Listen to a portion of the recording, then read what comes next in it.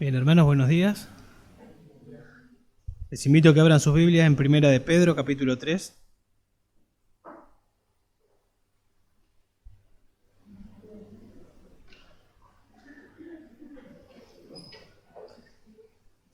Vamos a mirar un versículo nada más en esta mañana. Y al leerlo nos vamos a dar cuenta a quién va dirigido.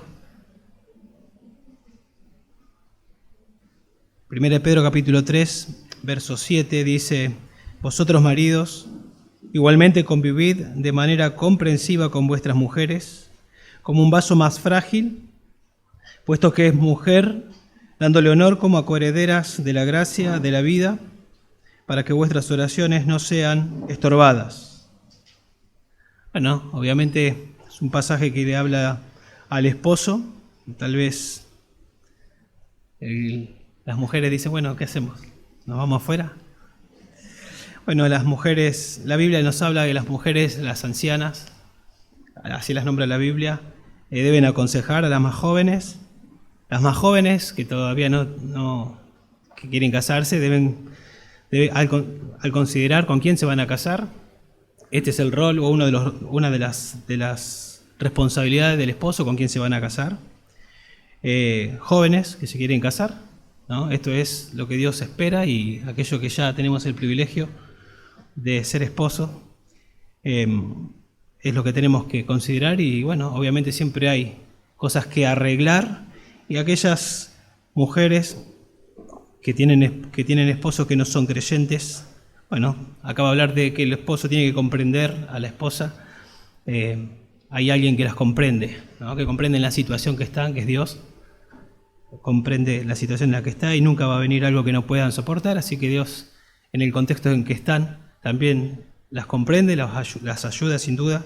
Y también el verso 1 al 6 habla acerca de las mujeres que tienen esposos que no son creyentes y cómo deben vivir con su conducta, reflejar el Evangelio, y por su conducta hacer el Evangelio visible, para que Dios también pueda usar el testimonio para atraerlos hacia Él. Pero bueno, vamos a mirar el versículo 7, el que leímos recién. Cuando el Evangelio salva a una persona, ¿no? El Evangelio salva, lo primero que cambia, transforma, y lo que primero podemos percibir, ese cambio, esa transformación, es las relaciones. Y en la relación que tenemos con Dios, es lo primero que podemos ver, lo primero que podemos observar. Esa relación estaba cortada, y a partir de la salvación ahora el cielo se ha abierto para tener una relación con Dios. Esa persona ahora se ve que ama a Dios, ama las Escrituras, comienza a estudiar las Escrituras. Pero el Evangelio hace evidente la relación no solo con Dios, sino también con otras personas. Hace evidente la transformación en la relación con la comunidad, o de esa persona que se convirtió en su comunidad. Las relaciones que antes tenía ahora cambian, no porque cambian las personas con que se relacionan, sino porque algo ha pasado en el corazón del que ha creído, con sus amigos, en la iglesia y en su casa. Y tal vez de todas las relaciones la más difícil, podríamos decir, es en la casa con sus hijos, con su esposa. Tal vez esa sea la relación más difícil, porque siempre decimos que somos lo que somos en el hogar. Eso es lo que somos. Cuando salimos del hogar podemos dibujarla un poquito, y tal vez hasta nadie se puede dar cuenta de cómo somos o de algunas actitudes que tenemos en nuestro hogar, pero lo que somos es lo que somos en nuestro hogar. Pero el Evangelio es poder de Dios para transformar, y en la medida que nosotros vamos profundizando esa relación nueva con Dios, que vamos conociendo al Dios de las Escrituras, vamos leyendo, vamos aprendiendo, comenzamos a crecer en nuestro temor a Dios, como leyó el Salmo 112, vamos creciendo.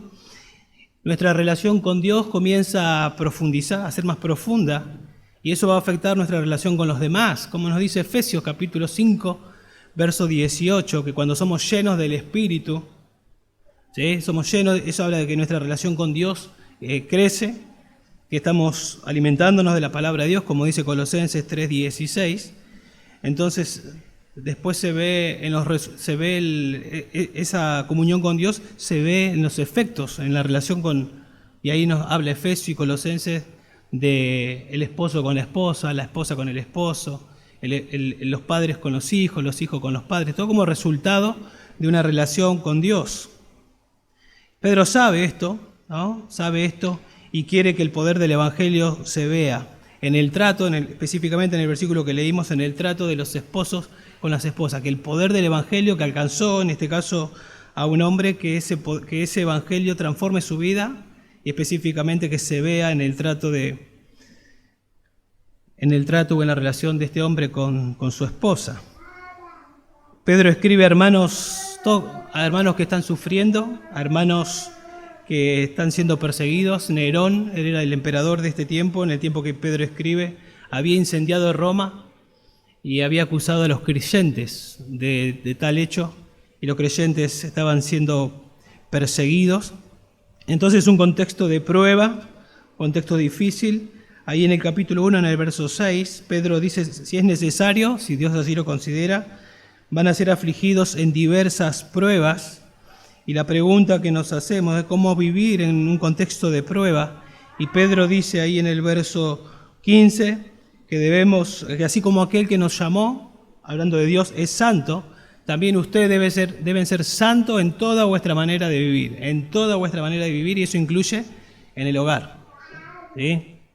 Y es posible hacerlo, dice verso 18, porque ustedes fueron redimidos de una vana manera de vivir heredada de vuestros padres, no con cosas perecederas como oro o plata, sino con la sangre preciosa como de un cordero sin tacha, sin mancha. O sea, fueron comprados por la sangre de Cristo.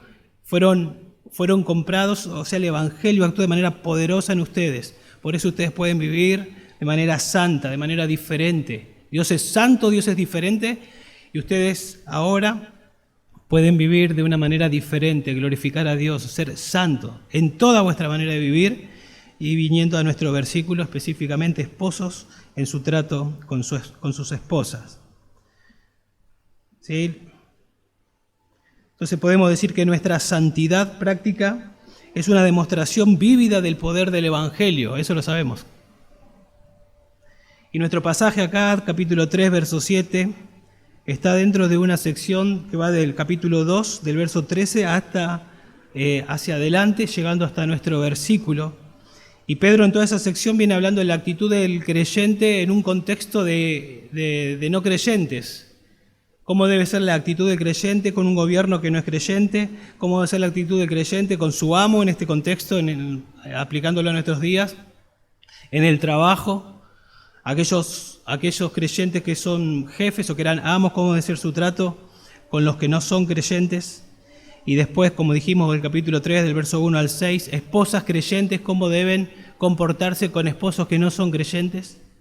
Y luego llega el versículo 7, y por todo este contexto, aunque en el versículo 7 no nos dice que la esposa no es creyente, por el contexto asumimos, y creo que lo que Pedro tiene en mente es cómo debe comportarse el esposo con una esposa que no es creyente. Pero no solo eso, aparentemente ese es el contexto, pero en realidad, aunque sea creyente, esto es lo que Dios espera de nosotros. ¿Sí? Así que podemos decirlo de esta manera, lo que vamos a ver, cómo deben vivir los esposos con sus esposas, de manera que el Evangelio sea visible e impacte en ellas para salvación, asumiendo que la esposa no es creyente. Cómo deben vivir los esposos con sus esposas, de manera que el Evangelio sea visible e impacte en ellas para salvación, pero también para aplicarlo a todos y asumiendo que la mayoría tal vez tenemos esposas creyentes, cómo deben vivir los maridos con sus esposas, según Dios. ¿Está bien? Y lo que vamos a hablar y lo que Pedro nos va a mostrar son dos responsabilidades que de obedecerla vamos a honrar a Dios y vamos a dar un testimonio poderoso a la esposa, si no es creyente, ¿sí?, del poder transformador del Evangelio. Y Dios puede usar ese testimonio para traer a la esposa a salvación. Bueno, ¿cuáles son estas dos responsabilidades? Ahí nos dice el versículo, lo podemos ver. Debes vivir sabiamente con tu esposa. Y en segundo lugar, debes dar honor a tu esposa. Eso es lo que dice ahí, sencillo. Debes convivir sabiamente con tu esposa y debes dar honor a tu esposa. Veamos en primer lugar la primera responsabilidad es convivir sabiamente con tu esposa. Dice, vosotros, maridos, igualmente convivid,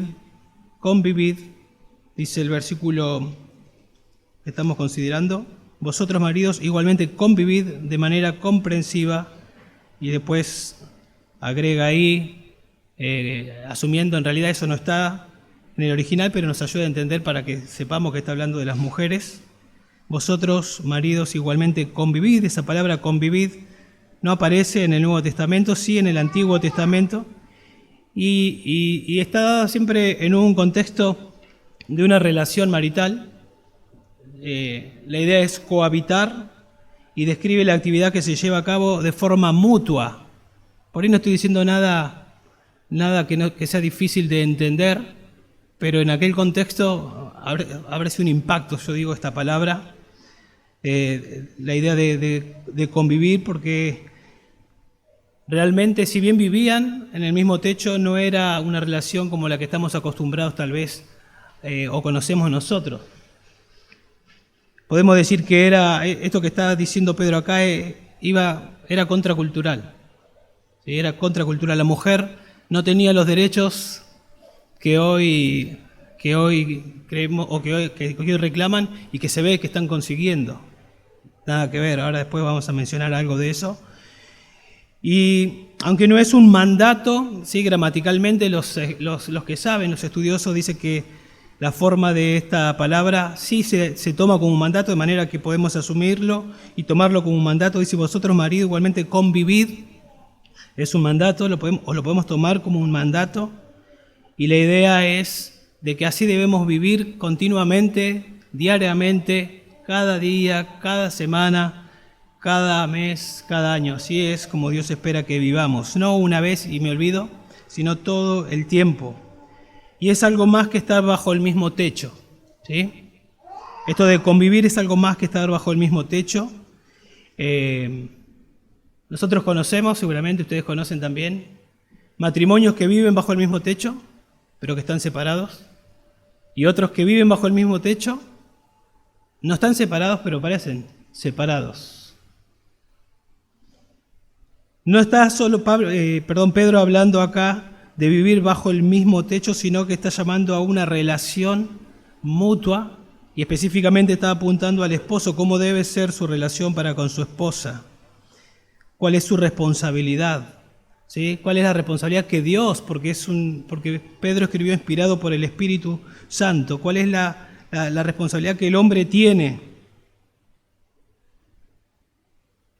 Y básicamente lo que le está diciendo Pedro es cómo deben convivir. Yo espero que ustedes convivan, y dice ahí, de manera comprensiva. Eso es lo que espera, eso es lo que Dios espera, eso es lo que Dios nos dice a nosotros, a los hombres. Dios espera que vivamos de manera comprensiva con nuestra esposa. La palabra comprensiva ahí es con conocimiento. Creo que Reina Valera dice sabiamente, y las dos son, podemos decir, sinónimos. Con entendimiento. ¿Sí? La idea es que los esposos sean especialistas en sus esposas, que sean expertos en conocer, en entender a sus esposas. Así como hay personas que son expertas, no sé, en autos, o en motos, o en computadora. Todos los esposos, Dios dice, deben ser expertos, especialistas en entender a sus esposas. Y no se trata de entender y conocer algo hoy y listo, y ya lo alcancé, ahora ya la conozco. Ya hace 10 años que estoy, 15 años, ya la conozco. Porque vamos cambiando, vamos siendo transformados, ¿sí? Por el Evangelio, vamos creciendo, muchas cosas van pasando, y es continuamente. De hecho, Dios quiere que continuamente yo esté entendiendo y conociendo a mi esposa. Conocer a la persona que convive con vos, eso es lo que Dios quiere. ¿Sí? Y es tan importante, tan importante para Dios, que si no lo hacemos, se corta nuestra comunión con Dios. Después va a decir, para que nuestras oraciones no tengan estorbo. O sea que es muy importante. Y cuando hablamos de conocer, en este caso a alguien o a nuestra esposa, no estamos hablando de conocer, a ver cómo es su nariz, cómo es su oreja, está bien, se puede, obvio. Cómo es su interior, cómo es ella, ¿no? Cómo es su corazón. Y eso implica que yo tengo que saber cómo piensa, qué siente, qué la hace feliz, qué le entristece, por qué tiene esa cara, qué es lo que le está pasando. Todo eso tengo que tratar de entender. A eso me llama Dios. De la abundancia del corazón habla la boca, ¿no? O del corazón, del corazón mana la vida. Yo tengo que conocer lo que hay en su corazón. A eso me está llamando. Y no es una tarea fácil, asumiendo cómo somos. Por naturaleza somos egoístas. Pensamos mucho en nosotros y tal vez esto de estar pensando en nuestra esposa, de estar tratando de entender su situación, qué necesidades tiene y de estar pensando en el otro es algo que no es fácil. Por naturaleza mejor pensamos mucho en nosotros. Pero bueno, el poder del Evangelio transforma nuestras vidas y aunque seguimos luchando con el pecado, podemos batallar contra ese egoísmo y de alguna manera lo que hace el Evangelio es lo mismo que vino a hacer Jesús. Jesús cuando vino a este mundo dice que Él vino a buscar y a salvar lo que estaba perdido. Él no vino para ser servido, sino para servir y para dar su vida. Él vino pensando en otros, vio la necesidad de otro y vino a servirnos. Cuando a nosotros se nos pide que hagamos esto, nos está pidiendo que tengamos la actitud que hubo en Cristo, pensar en la esposa. Pensar en la esposa para satisfacer la necesidad de ella. Obviamente necesidades físicas, obviamente, pero también necesidades espirituales. Que eso abarca emociones, pensamientos, la voluntad. Y como le decía, esto que Pedro está escribiendo, en aquel momento fue revolucionario. Les digo un poquito cómo era en aquel tiempo. Ustedes saben, recién hablé de Nerón, está la ley romana. Siempre consideraba a la mujer como menor de edad. Cuando estaba en su casa, antes de casarse, cuando estaba bajo la patria potestad de su padre, la autoridad de su padre podía decidir si vivía, si moría. Y después del techo de su padre pasaba a estar con un esposo que también seguía en la misma condición. Estaba a la merced de su esposo. Las esposas podían ser maltratadas sin repercusiones judiciales. Nadie las iba a escuchar.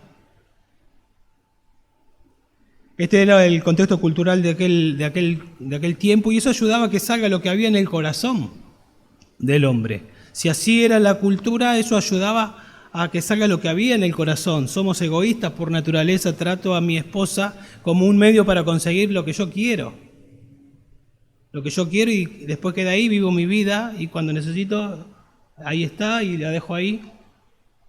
Era un poco como se vivía, pero no porque era la cultura así, porque la cultura no formó el corazón del hombre de aquel tiempo, sino que el corazón del hombre, que es el mismo que tienen todos los seres humanos de Génesis 3 para acá, formó la cultura.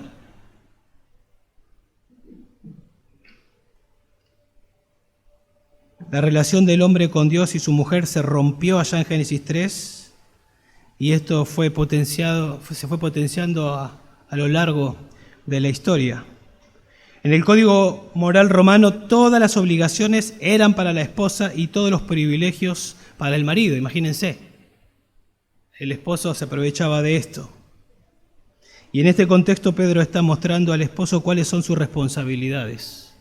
El Evangelio, poder de Dios, trajo salvación a este hombre y ahora tiene una relación con Dios y Pedro le está diciendo, Dios te salvó para que vivas de una manera diferente, santa, y eso debe comenzar en todo contexto y debe comenzar en tu casa, con tu esposa. ¿Y cómo podría llevarse esto a cabo? ¿No? ¿Cómo podría llevarse esto a cabo? Si la cultura era un poco como decimos, pero también dijimos que la cultura no formó el corazón, sino que el corazón formó la cultura. Entonces el problema estaba en el corazón y el Evangelio trata directamente con el problema. Y el corazón de este hombre fue transformado por el poder del Evangelio. El Evangelio es poder de Dios, dice Romanos 1:16. Salva salva y santifica. El mismo evangelio que salva, santifica y va transformando la mente en este caso de este hombre, llevando cautivo todo pensamiento a la obediencia a Cristo, formando la mente de Cristo. ¿Cuál es la mente de Cristo? La Biblia dice que tenemos la mente de Cristo los creyentes, o la capacidad de pensar como Cristo una vez que somos salvos, en la medida que la Biblia va entrando en la mente de las personas, y eso es lo que Pedro está haciendo, dándole la palabra de Dios para que entre en la mente de ellos y que ellos puedan vivir lo que se les enseña. Fíjense lo que dice capítulo 1, verso 2. Capítulo 1, verso 2. Dice, según el previo conocimiento de Dios Padre, por obra santificadora del Espíritu Santo, para obedecer a Jesucristo y ser rociados con su sangre.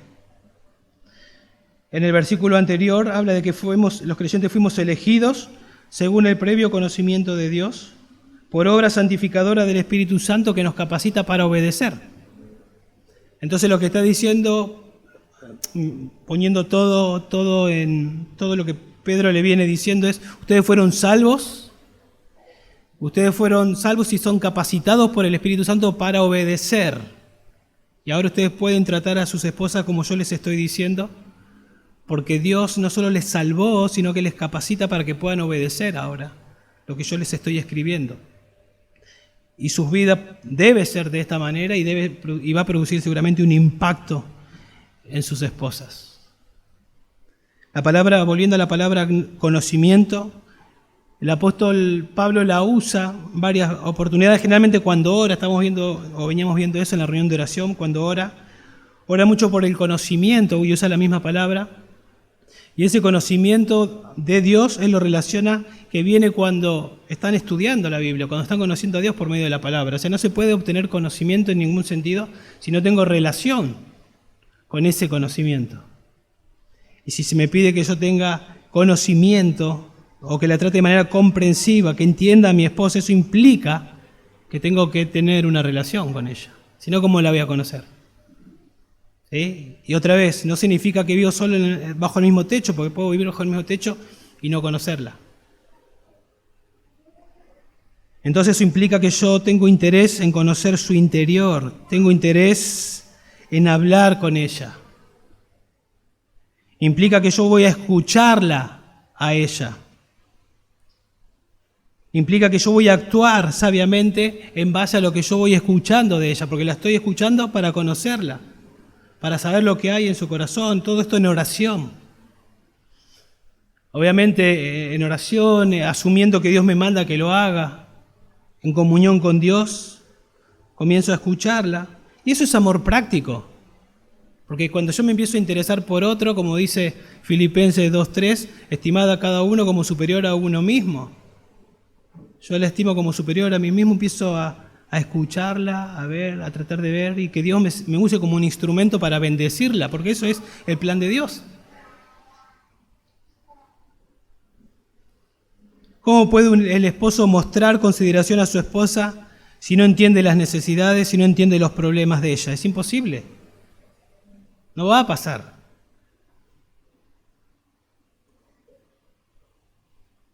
Implica muchas veces que yo me haga el tiempo, implica muchas veces que yo renuncie a cosas mías y otra vez pensar en Cristo, quien siendo en forma de Dios, no estimó el ser igual a Dios como cosa que aferrarse, sino que se despojó a sí mismo. ¿Y por qué lo hizo? Para venir a servirnos, porque Él entendió que nuestra necesidad era de salvación y dejó de lado privilegios para venir a servirnos, para venir a atendernos, para darnos lo que necesitaba, y lo hizo de manera sacrificial, yendo a la cruz por nosotros. Y cuando nosotros nos enteramos de ese amor desinteresado, no sé si te acordás cuando te predicaron el Evangelio, yo me acuerdo,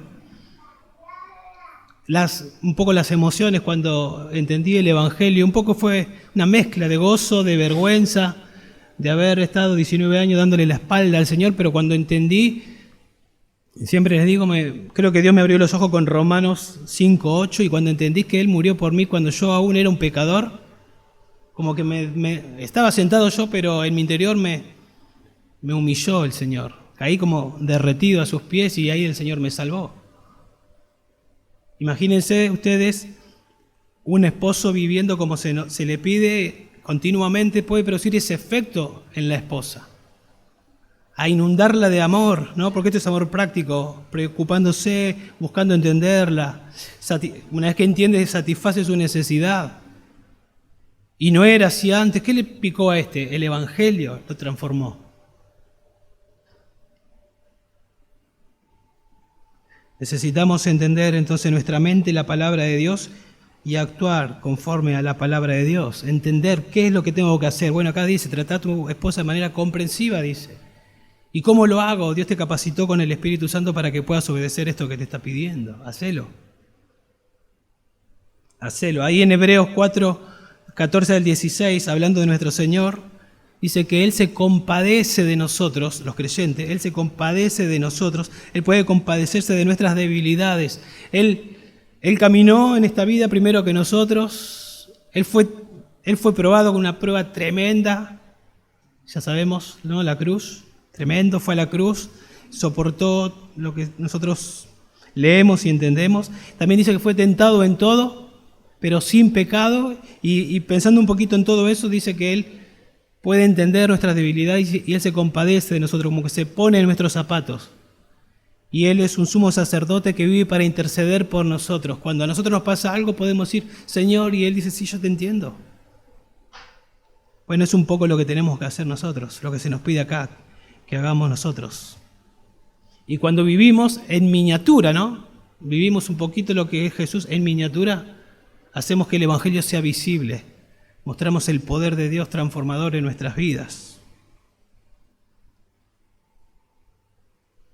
Y la mayor necesidad que tiene, o que tenía una esposa de un esposo creyente era la salvación.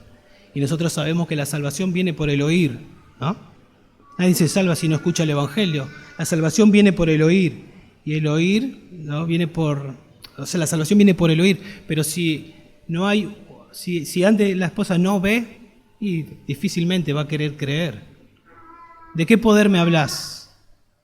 ¿De qué poder me hablas si yo te seguís siendo el mismo de siempre vos?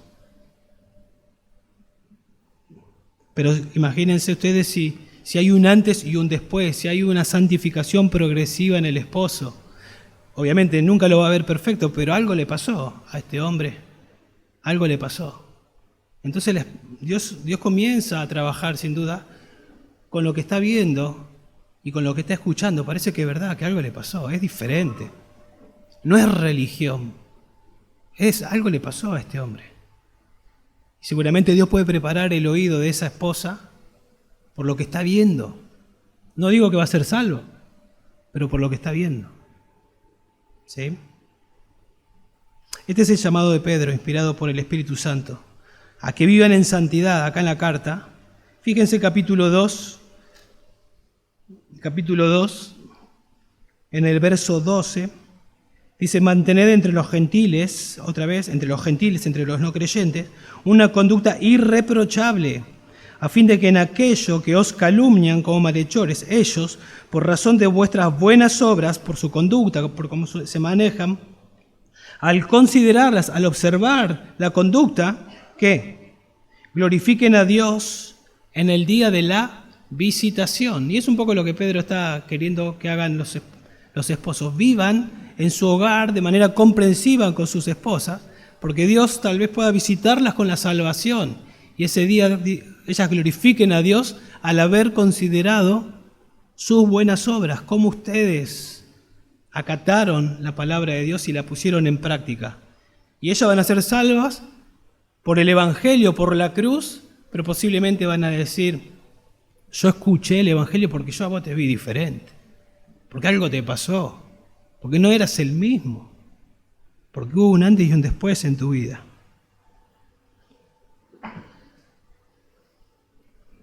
Cuando nosotros vemos o escuchamos a nuestro Señor muriendo en la cruz, todos nos acordamos que murió con 2 malhechores y también hubo mucha gente alrededor.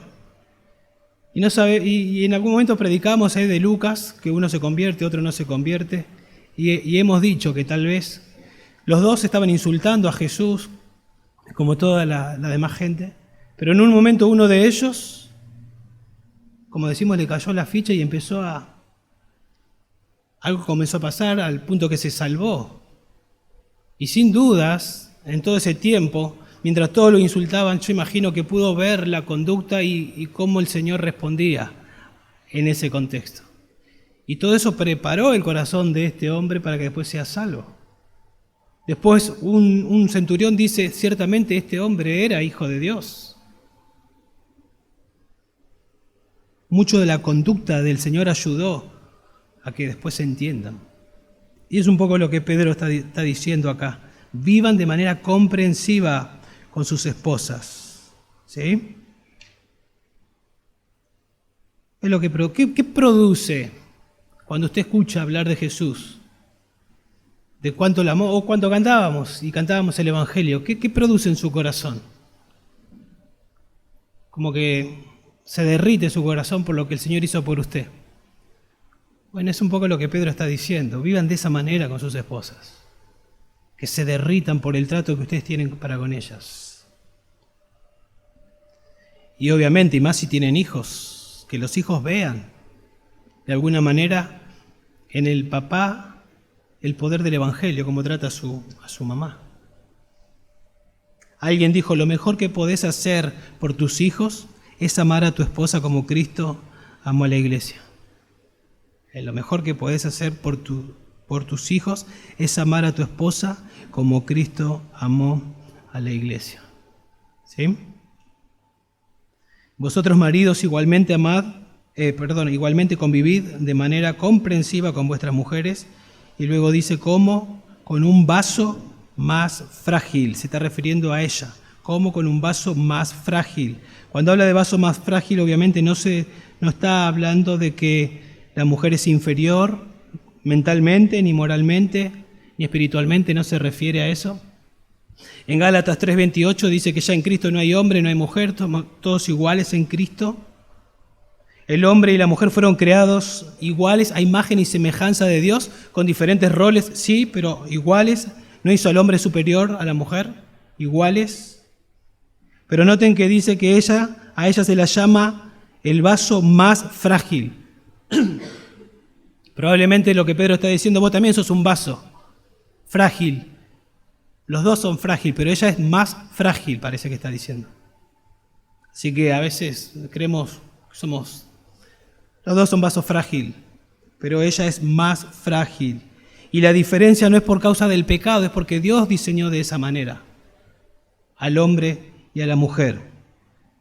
Y para entender un poquito esta palabra de vaso frágil o de frágil, así por descarte podemos ver un poquito lo que significa y nos vamos a dar cuenta solo a qué se está refiriendo Pedro.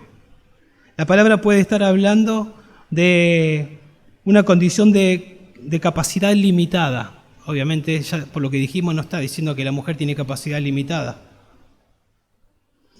De incapaz de hacer lo correcto en cuanto a alguien que necesita ser salvo. No está hablando, ese no es el contexto. Enfermo, doliente, con la implicación de estar en una condición de debilidad, tampoco es el contexto. Y otra definición es débil, relativo a tener una estructura física más pequeña. Y nos damos cuenta que a eso se refiere. ¿Sí? Cuando habla de vaso más frágil, está hablando de que es más débil en cuanto a su físico.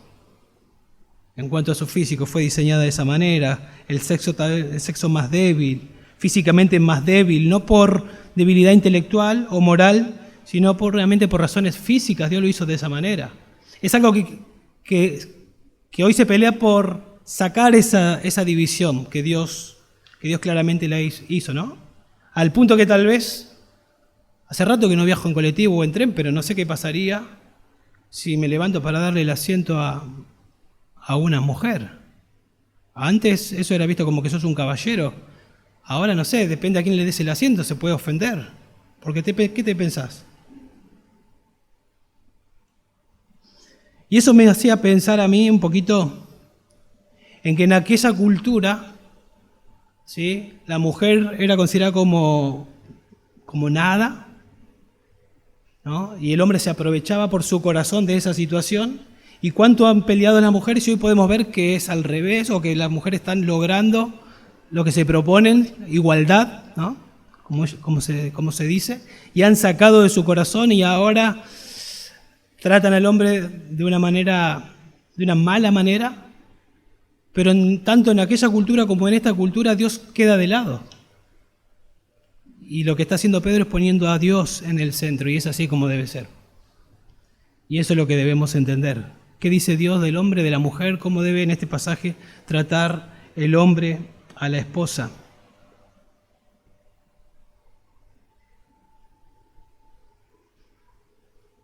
Bueno, creo que ya hasta ahí podemos quedarnos con lo que nos dice: vosotros maridos igualmente convivid de manera comprensiva, entendiendo sabiamente, investigando, siendo un experto. Con eso en mente usted tiene que aplicarlo.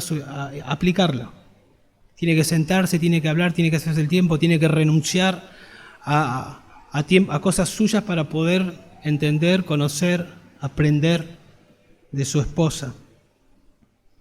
Y en segundo lugar, dijimos que tenemos nuestra responsabilidad, hombre, es dar honor a las esposas.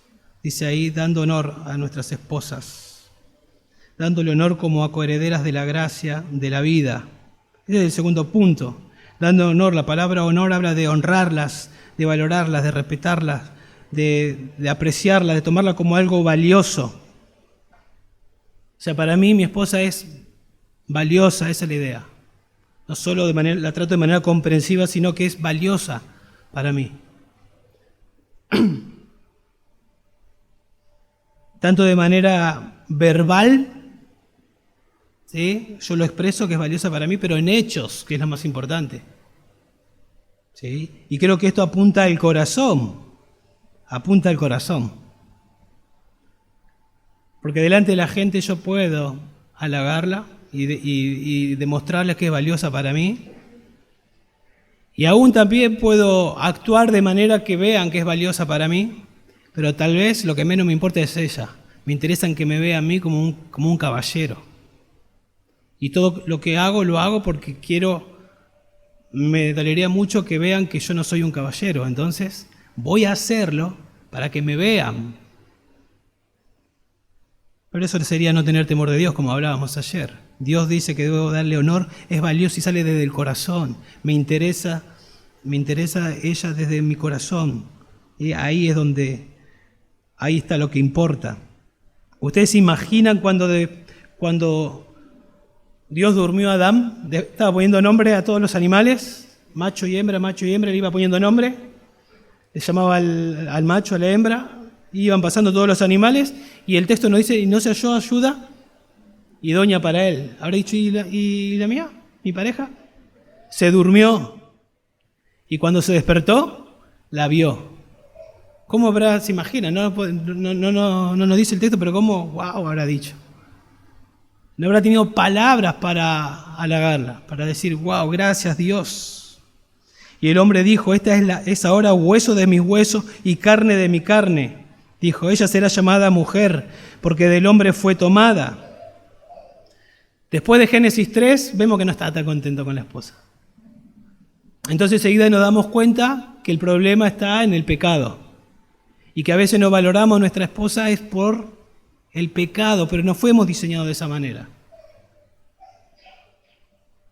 Y dice que debemos, acá el versículo que estamos considerando, dándole honor como a coherederas, dice ahí, como a coherederas de la gracia. Esta frase no aparece en otro lugar como para compararla, pero algunos consideran que debemos tratarla de esa manera, como coherederas de la gracia, hablando de la vida eterna, porque los dos somos salvos y vamos hacia el cielo, pero en el contexto dijimos que es muy probable que el esposo es creyente y la esposa no es creyente.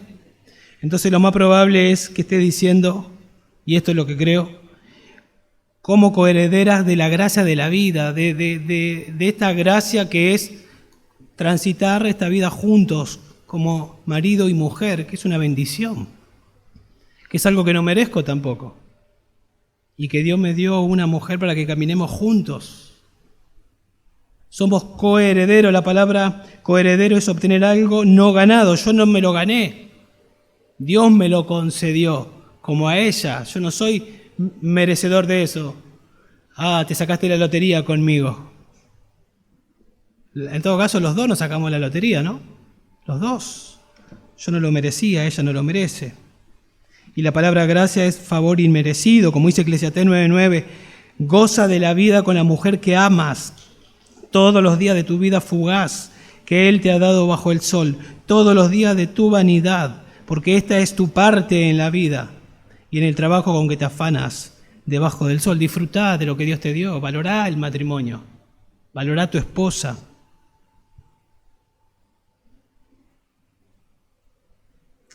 Pero hay una advertencia ahí, observen. Dice que todo esto lo tenemos que hacer, hombres. Tenemos que aplicar esto a nuestras vidas. Y la advertencia es para que vuestras oraciones no sean estorbadas. ¿Sí? Hay una manera de vivir con nuestras esposas que puede obstruir nuestra comunión con Dios. ¿Y podemos vivir sin comunión con Dios? Ni me interesa mi esposa, ni trato de comprenderla, no la valoro como la tengo que valorar, con hechos, con actitud. Pero después, Señor, ayúdame para que me vaya bien en el trabajo. Señor, te pido esto, Señor, te pido aquello. Bueno, acá me está diciendo, Dios no te escucha. ¿Por qué? Porque es tan importante para Dios mi relación, mi rol como esposo, que se corta la comunión si no lo estoy haciendo. Y a veces, tal vez, no tenemos un buen pasar espiritual y tal vez lo menos que hacemos es, ¿cómo está mi relación con mi esposa? ¿Estoy aplicando esto a mi vida, a la vida de mi matrimonio? Tal vez ahí está, ¿no? Ningún esposo cristiano, dijo alguien, debe presumir de pensar que su vida logrará algún bien espiritual sin un ministerio eficaz de oración. Necesitamos orar. Yo no voy a vivir la vida cristiana sin orar, yo tengo que orar. Pero si yo no tengo una buena relación con Dios, con mi esposa, mi oración pega en el techo y vuelve. Va hasta ahí y vuelve. No llega a Dios. Como que dice, no te voy a escuchar hasta que te pongas las pilas con tu esposa y hagas lo que tenés que hacer.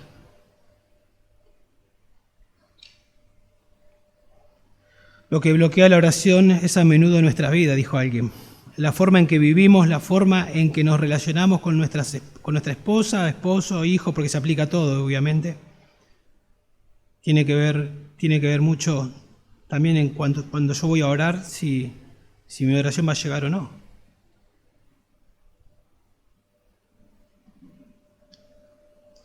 Bueno, en Hebreos 4:16, que recién lo mencioné, dice que podemos acercarnos confiadamente al trono de la gracia, ¿sí? ¿Podemos acercarnos confiadamente al trono de la gracia para clamar a Dios? Por los méritos de Cristo, el cielo fue abierto, ¿sí? El velo se rasgó por el velo de la carne de Cristo y podemos ir a Dios en oración. Pero nosotros mismos ahora podemos poner el obstáculo y que nuestra oración no llegue. Cuando no hacemos lo que nos pide en nuestra relación con nuestra esposa. Y la Biblia nos habla mucho acerca de que nuestra relación se puede interrumpir por relaciones con personas.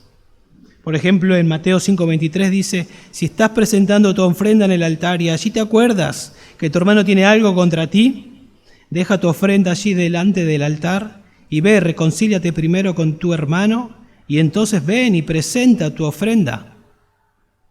Apliquémoslos hoy acá. Si yo con mi esposa no estoy haciendo lo que debo, no estoy tratándola como la Biblia me dice y vengo acá y estoy cantando en forma de oración a Dios, yo ya sé que Dios, no te escucho, Diego, me está diciendo. En Juan 14:13 dice, y todo lo que pidáis en mi nombre lo haré para que el Padre sea glorificado en el Hijo. Si me pedís algo en mi nombre, yo lo haré. Dios está dispuesto. Pero Dios acá en este pasaje me está diciendo también, si no estás asumiendo tu responsabilidad con tu esposa, no te escucho. Hay un estorbo. Salmo 66, 18 dice, si observo iniquidad en mi corazón, el Señor no me escuchará. Si observo iniquidad en mi corazón, si observo que no estoy considerando a mi esposa, si no estoy tratándola con sabiduría, si no la estoy valorando, el Señor no me escuchará.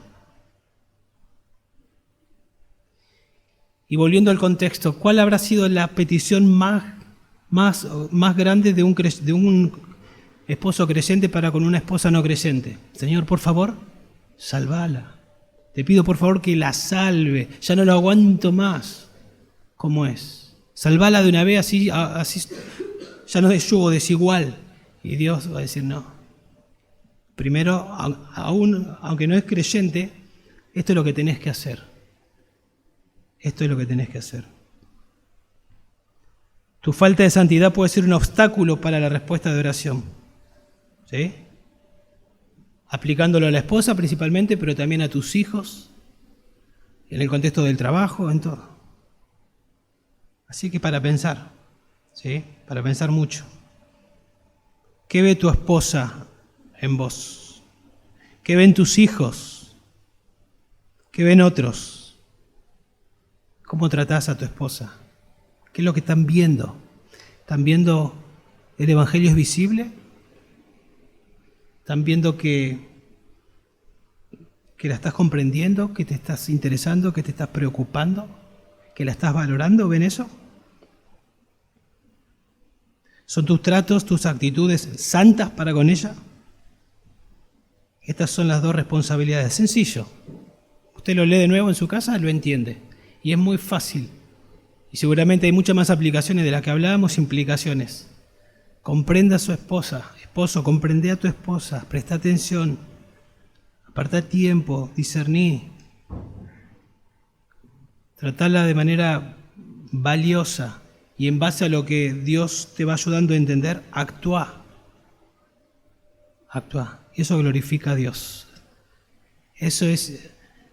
Imagínense tener matrimonios de esa manera, en una cultura donde están apuntando a destruir la familia. Es así como tenemos que vivir. Pero no podemos hacerlo sin la ayuda, sin la potencia del Espíritu Santo. Acá está sencillo lo que tenemos que hacer, pero es bien difícil de aplicarlo. Pero Dios nos capacitó con su omnipotencia, el Espíritu Santo, que es omnipotente, vive en nosotros y nos capacita para obedecer esto. Y es lo que tenemos que hacer. Que el Señor nos ayude a aplicarlo entonces. Vamos a orar. Padre, te agradecemos, Señor, por la exhortación. Te queremos pedir que nos ayudes, Padres, a aplicar esto a nuestras vidas. Queremos pedirte, Señor, que perdón también porque no somos perfectos y, como decíamos, luchamos con el egoísmo en nuestro corazón. Por favor, Dios, que el poder del Evangelio actúe específicamente en esta área de nuestras vidas para evidenciar el amor para con nuestras esposas, aplicando lo que aprendimos, Dios. Para que el Evangelio también sea visible en nuestro hogar, para nuestros hijos, para nuestros vecinos. Que tú te lleves toda la gloria, Dios, y nosotros el gozo de vivir como tú esperas que vivamos.